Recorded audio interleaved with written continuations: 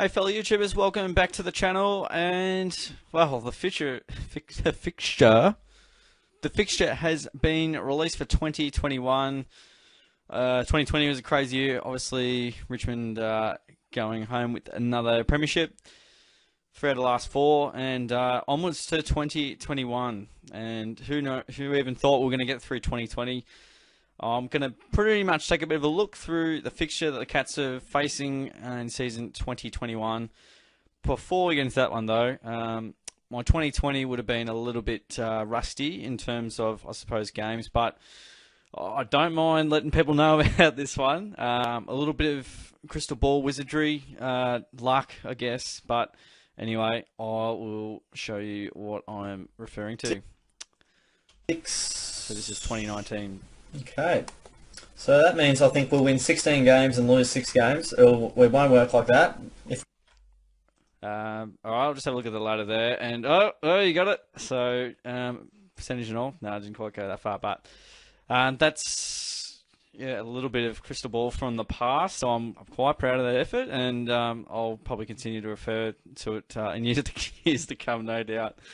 Let's have a look at the fixture. So it's going to be very difficult to obviously predict 22 games, but we do like the crystal ball and saying, how many games do you expect Geelong to win? Where do you sort of see them? Again, being pretty aggressive in the trade period, getting a number of key players. Jeremy Cameron, none more so.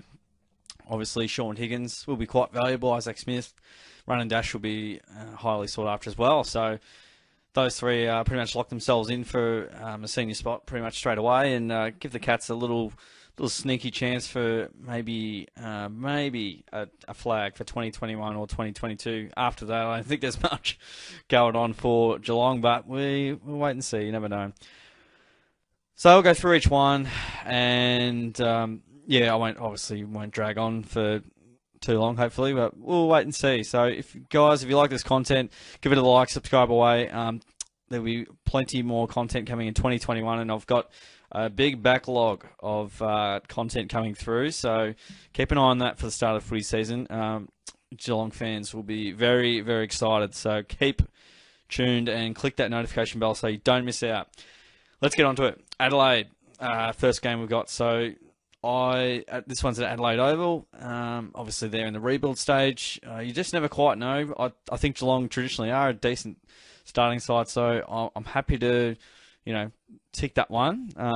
When I look through the fixture, there wasn't too many where I was like too concerned about, but we'll wait and see. The Brisbane Lions, the GMHBA, will be quite challenging, especially if Joe Danaher's kicking 12 goals a game, but we'll see what happens there. I think the Cats just win that one. It's going to be close.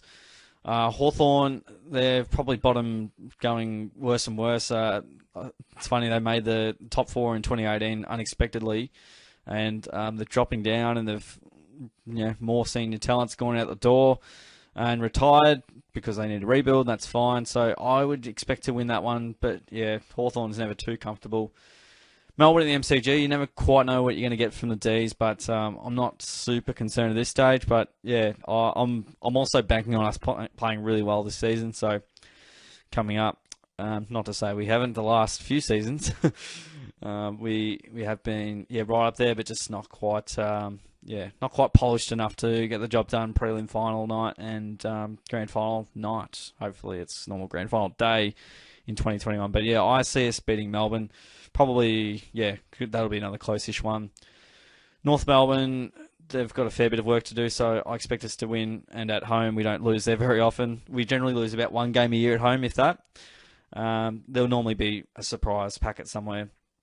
West Coast certainly won't be easy, but we've accounted for them pretty well there in the past. I think the last time they defeated us there would have been the 2006. 2006 would have been the last time when they were a powerhouse, and Geelong were supposed to be a powerhouse, but they weren't just yet.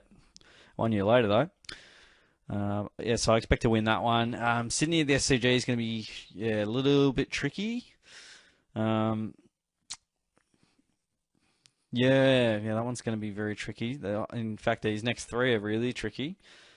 I think we're a better side than them, and I believe we did beat them there and have had them there the last few times, so probably just over the Swans there. But could very easily lose that one. But I'll just mark it down as a win there. So we could, in theory, start off 7-0. We'll probably lose one or two along the way, I'd say. But, that's me going optimistic with Geelong's home ground advantage. And, we're playing some pretty good opposition at our home deck, so we'll definitely get a good taste for it for sure.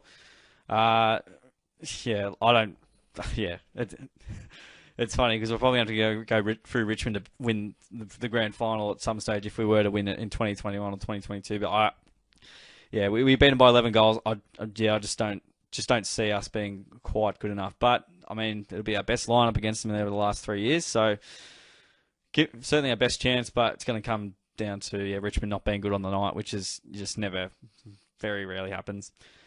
I think St Kilda might get us actually as well at Marvel. They love the fast track at I was about to say Etihad, but it is Marvel. They're really good there. They're on the up and definitely going to be a chance for contention for sure. If they didn't play a rampant Richmond side, they might have made it to a prelim final. So you never know. But I'm almost half expecting the Saints to get us there. So I'm picturing 2 in a row there. Gold Coast at GMHBA, I'm happy to go with that one. They could also skyrocket as well, and Matty Rowell could kick 5 goals and get 40 touches. Who knows? Anything's possible. With Collingwood and the turmoil that's happened, I'm feeling good about this one. Normally they trouble us, and obviously recent semi-final efforts make me feel good about that one. Port Adelaide, I think they'll still be definitely right in the window. They're pretty hard to beat away from home. We couldn't quite get the job done in the finals this year, and I think they got us after the bye in 2019. They got us, so I think Port Adelaide probably more likely to win it than us in that one. So that will take us to 3 losses. The Dogs at home, I'm happy. Pretty much anything at GMHBA, even if it's Richmond, I'm pretty happy at home, unless it's someone absolutely crazy. But I think we'll get over the Dogs, but they're never easy to sort of defeat. Brisbane at the Gabba, I'm happy to lock Brisbane in for that one. Being at home for them, they're pretty tricky, especially at the Gabba. We do play really good football there as well, and comfortably accounted for them in the prelim final. Essendon at GMHBA, I don't ever recall a game where Essendon's popped down to GMHBA, so that'll be interesting. Obviously, I've got a home membership, so we'll see if I get along to that. Hope so. Carlton, the MCG, they'll be on the rise. I think we're probably slightly better side than Carlton, but I would have thought we would have beaten them at GMHBA in 2020. But, Eddie Betts just plays the best game of his life, and Geelong just allow time and space for the Blues. But, the Dockers and Optus, that's going to be, quite a tough game as well. We obviously got the Chocolates this time around in 2020. They're going to be tough to beat in 2021 on the rise. So I'm hesitant on that one, especially with Richmond coming up. Yes. Yeah, right. This is really tricky. So what have I got? I have got the Richmond Tigers, St Kilda beating us, Port Adelaide beating us, Brisbane. I think we can beat the Dockers,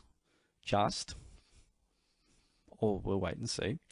I just expect Richmond to be beast mode again and beat us. So that brings us down to 5 losses. North Melbourne at Blundstone, that's never an easy trip for anyone. So that could catch us off guard. I think us just. There's going to be a lot of the Cats just for me. The Giants, I don't know what direction they're going in, and Cameron going out of the side. I don't know if that'll help him, but we'll wait and see. I mean, he's a quality player. Might make Riccardi a bit more of an option.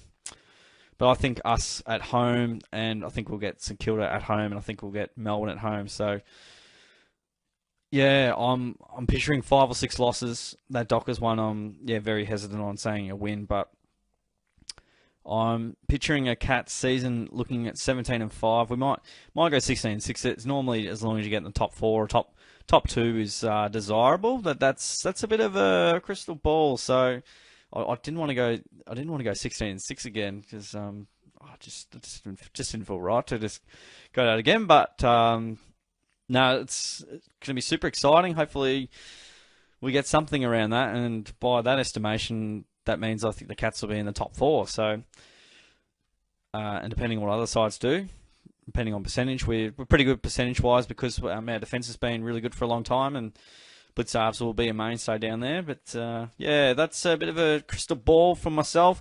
Guys, I hope you enjoyed the video. Chuck down in the comments how many wins you think the Cats have got in 2021 for the home and away season. How many losses? Who do you reckon is going to catch the Cats off guard? And anything I haven't mentioned, feel free to go there. And yeah, just comment away. Keep the socials going. And hope you enjoyed the video, guys. Plenty more content to come along for 2021. So stay tuned. Cats Best 22. I'll probably do all sorts of random videos coming up. So thanks again for tuning in, guys. Subscribe away, like the video, tap the bell to be notified, and I'd muchly appreciate it. Thanks again. Merry Christmas all. Take care, and I'll see you in the next video.